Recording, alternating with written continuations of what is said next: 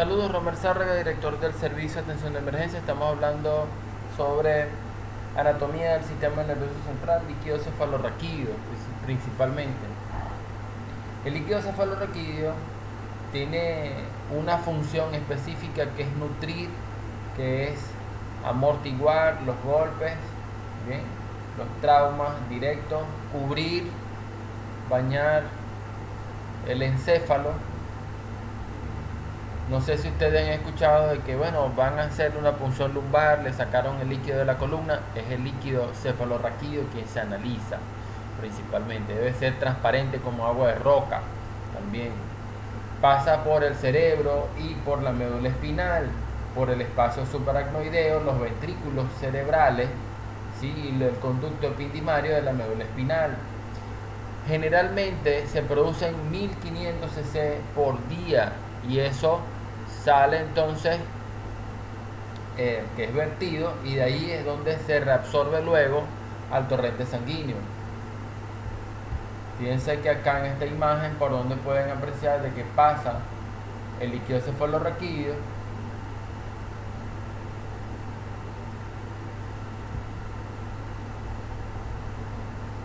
ventrículo lateral, tercer ventrículo, vamos a ver para acá, ¿sí? Cisternas cerebelosas inferiores, cisternas de la fosa de Silvio, acá.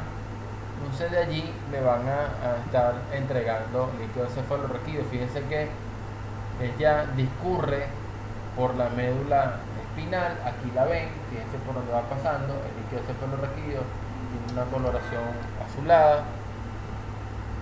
Esto es sumamente importante que ustedes lo manejen. ¿Por qué? Por los traumas craneoencefálicos, cuando hablan, por ejemplo, de la meningitis también, que hay un cambio de coloración, hay un pH específico, pero bueno, eso lo ven más adelante. En relación a la irrigación, a la perfusión del sistema nervioso central del encéfalo, debe tener una muy buena cantidad de oxígeno, y esto es importante que ustedes lo sepan, es la base fundamental. Recuerden que la anatomía que nosotros estamos dando es en relación a la medicina de urgencia. Cuando nosotros tenemos un paciente, una persona en parada cardíaca, no llega suficiente cantidad de sangre, y si no llega suficiente cantidad de sangre, entonces no hay oxígeno, no hay glucosa, no hay nutrientes para que puedan entonces darse las funciones normales y los requerimientos básicos del tejido cerebral, del encéfalo. Y por lo tanto, si la neurona no tiene oxígeno, no tiene glucosa, por más de 3 a 5 minutos, que anoxia significa ausencia de oxígeno, bien, puede entonces morir, que es lo que hablan de muertes cerebrales, por traumas, por hematomas, hasta si es posible por estados de hipoglicemia, o sea, disminución de la glucemia en sangre. Por eso es importante conocer del por qué yo debo actuar en urgencia. Yo en urgencia debo comprimir una hemorragia, debo detener esa hemorragia, porque si pierde una gran cantidad de líquido, ¿cómo llega el oxígeno, la glucosa y los nutrientes al tejido cerebral si no se regenera? ¿Ve?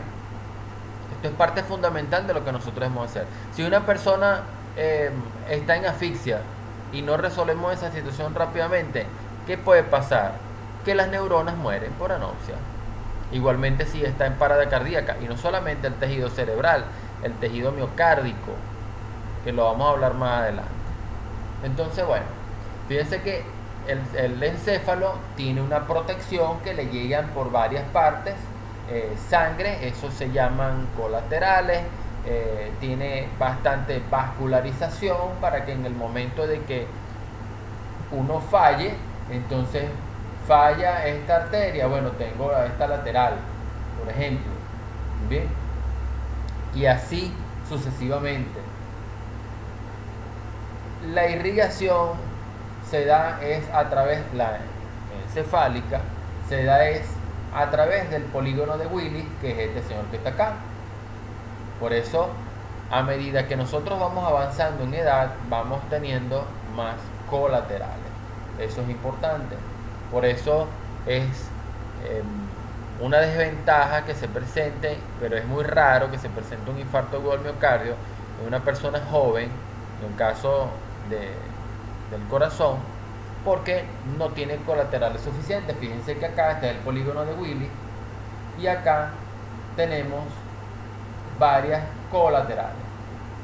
Aquí es donde generalmente se da la enfermedad cerebrovascular, bien sea isquémica, bien sea hemorrágica. Cuando hablamos de isquémica es que hay un coágulo de sangre, hemorrágica es que una de estas arterias se rompe y hay un sangrado y forma un hematoma y comprime, ¿sí?, al tejido cerebral especializado. Parte del polígono de Willis, la arteria carótida interna, la arteria cerebral media, la arteria basilar. Esto es una imagen real.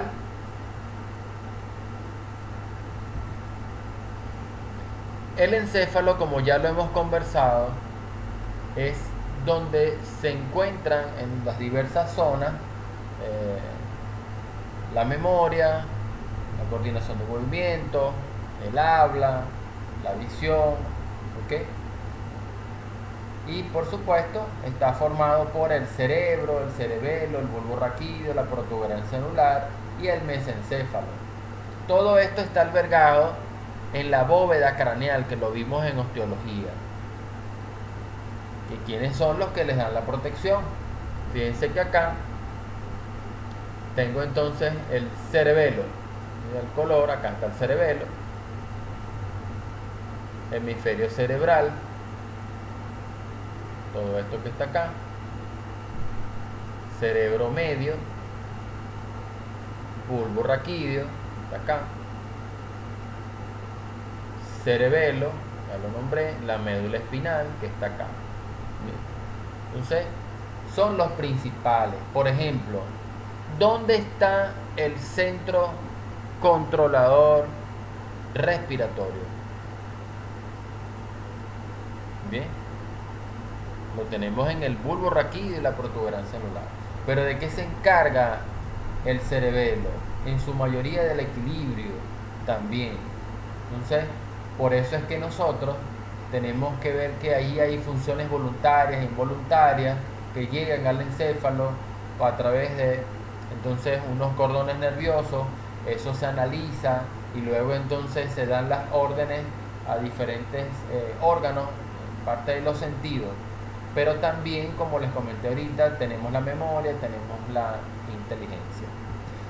Debemos decir que tenemos una fisura interhemisférica, donde tenemos el hemisferio cerebral izquierdo, el hemisferio cerebral derecho también.